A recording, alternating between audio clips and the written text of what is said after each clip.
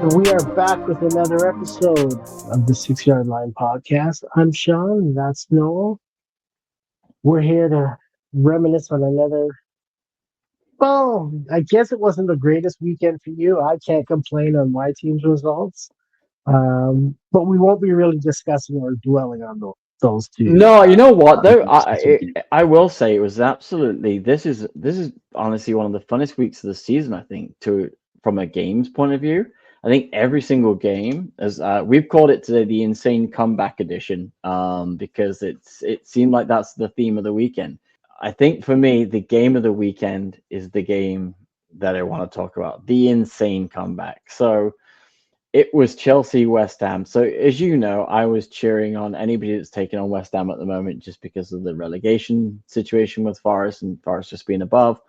And you know, I was like, all right, Chelsea's got this in the bag, right? They just went to Napoli, they just won in the Champions League, they just came back, they just beat Conte, that silenced him from taking jabs at them. They just got rid of Raheem Sterling, after 18 months of him doing nothing. So I'm like, the feel good factor at Chelsea is going to be good. They're going to turn up. They're going to beat West Ham at home.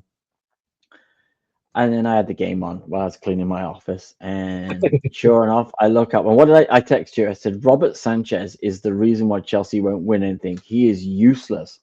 So Jared Bowen whips in what is only a delicious cross and it misses everybody and goes in the net. And Sanchez is flapping in the wind again, which I just don't understand why Chelsea haven't gone and got a proper goalkeeper.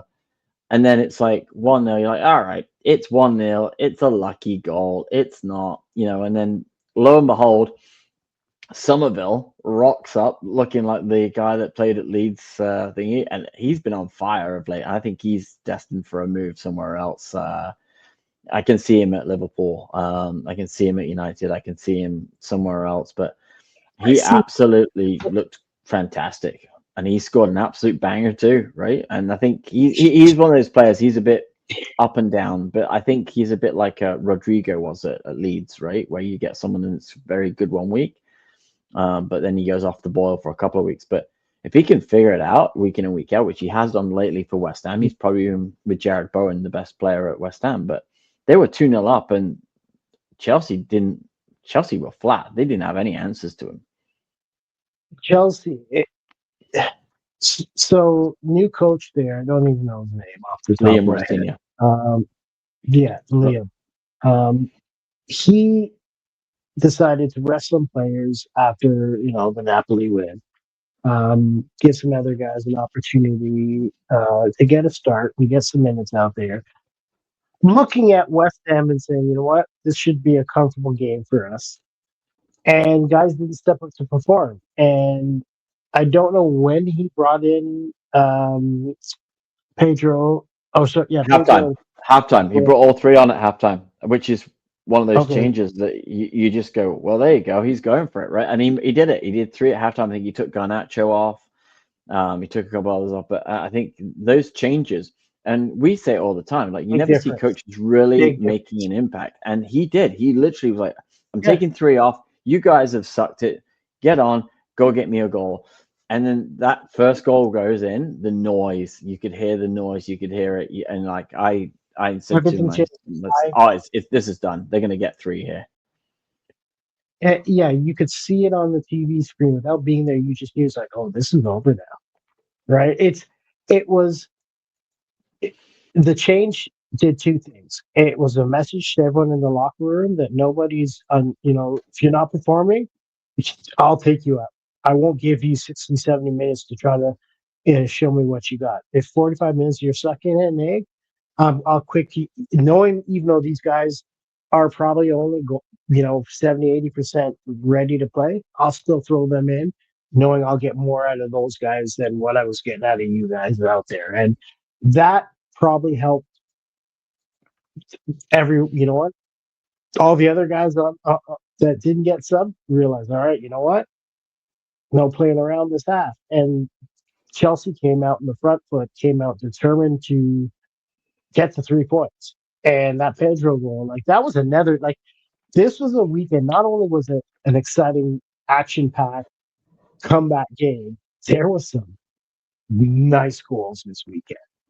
Yeah, Like even the Cucurella one, which you know, you know Yeah, how much I don't like that guy. But his the who does? determination to get on the end of the ball, to get in the box, to get that goal, to get it going, to really drive it home. Oh, you know, and as soon as that goal went in, I'm like, it's coming. That third's coming. And then they get it through Enzo Fernandez, you know, and that was you know, again, you know, the commentator on the game was like, you know, starting to look more and more like Frank Lampard every week, which is a big comparison. And then we ended up with the what can only describe the last 10 minutes of madness. Like you had West Ham debutant Traore, like just literally like auditioning for the WWE Royal Rumble.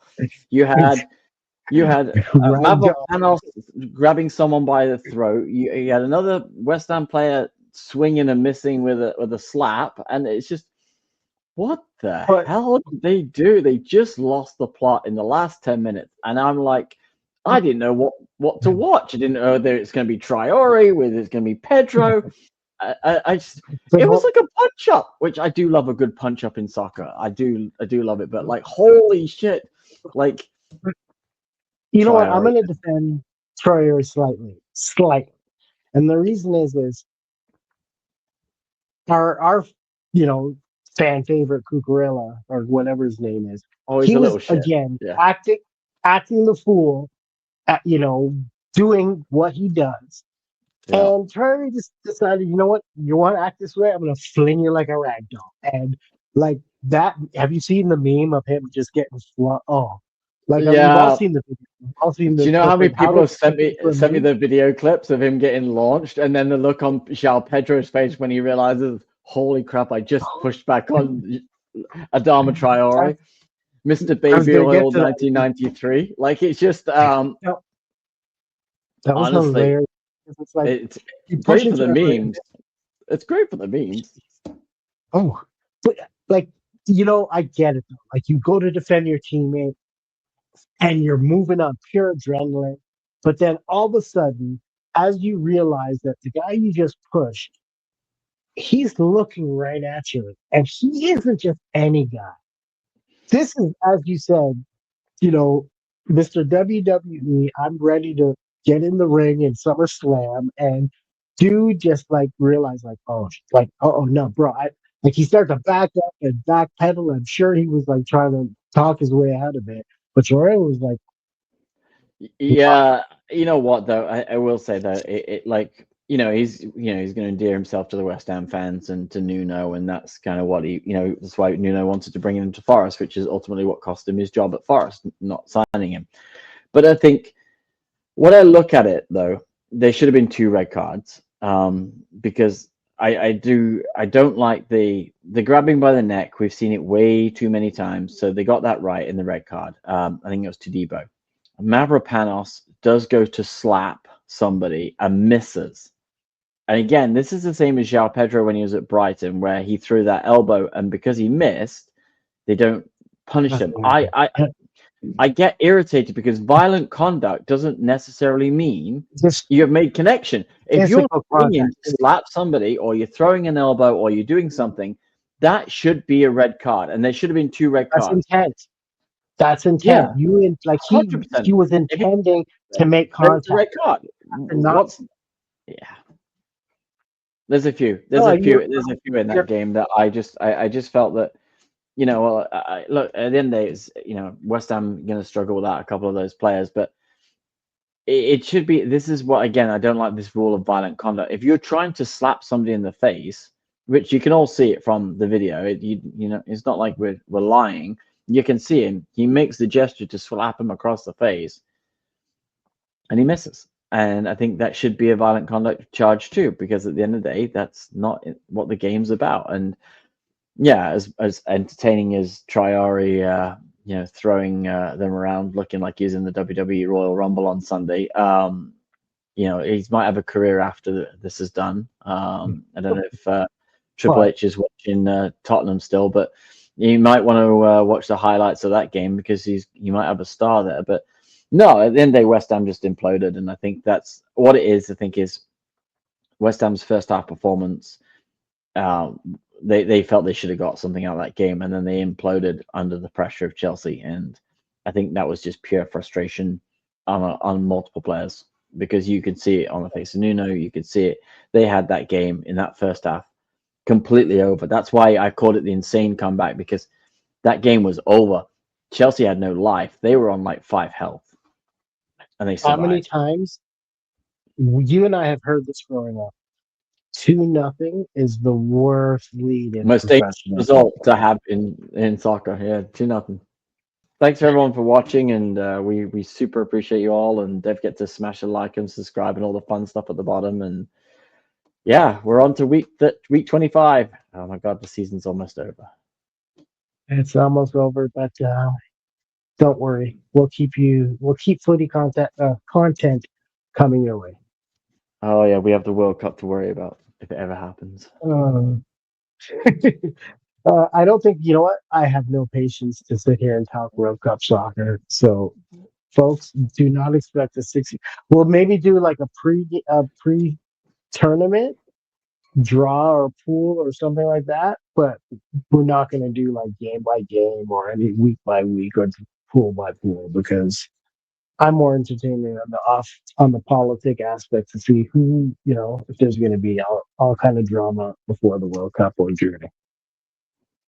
Well, we'll see. But no, we've got still got a few more weeks to go in the season, and it's pole position for Arsenal, and yeah, it's let's hopefully this weekend's games are just as exciting as this weekend's because it was fantastic, great to watch.